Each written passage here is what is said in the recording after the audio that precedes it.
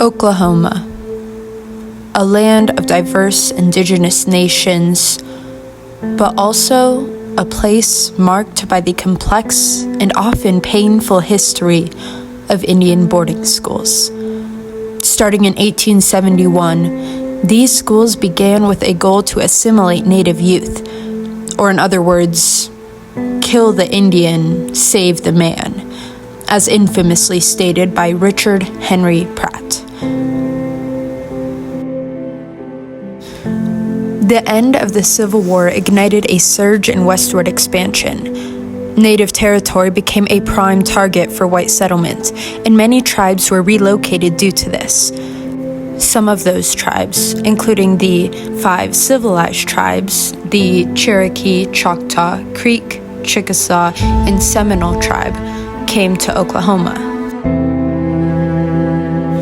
Boarding schools were put into place to take care of the Indian problem Oklahoma was having. These schools were designed to break down tribal structures. Forced removal of children from their homes and indoctrination with white cultural values aimed to weaken their resistance to the government. Methods used to erase Native cultures included forced haircuts, clothing changes, the prohibition of traditional ceremonies, and the use of the English language only. Schools like Riverside and Chilocco were established to serve this purpose, removing children from various tribes across the region.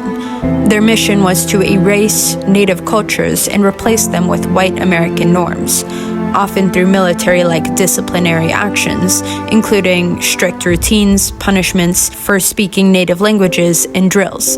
Natives were forced to be what the settlers considered civilized. I was given a number, and my number was 199. They stripped me down, they cut my hair off.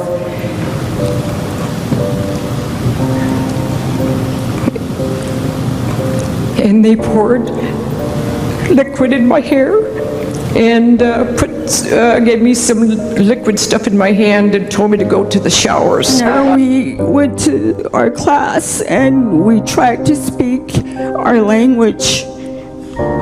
Our elbows, our wrist, whatever was whacked with a ruler. I entered the boarding school system 56 years ago, and I could have lost my language, but I retained it because my mother never spoke English. I spent 12 years in this household, and that's what it was like, hell.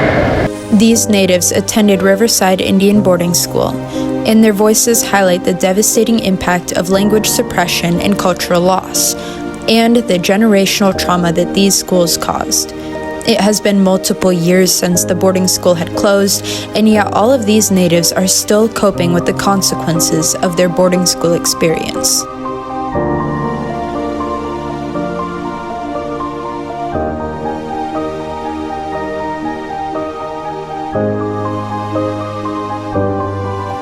Despite the dark legacy the boarding schools left behind, Native American communities in Oklahoma are actively reclaiming their cultural heritage and fighting for tribal sovereignty. Language revitalization programs, cultural centers, and tribal colleges are just a few examples of this resilience. Almost all of the boarding schools in Oklahoma were shut down. 4 of the schools do remain, including Riverside, but they are now operated by Native Americans, and their main goal is to educate Native youth to become strong members of their communities and society today.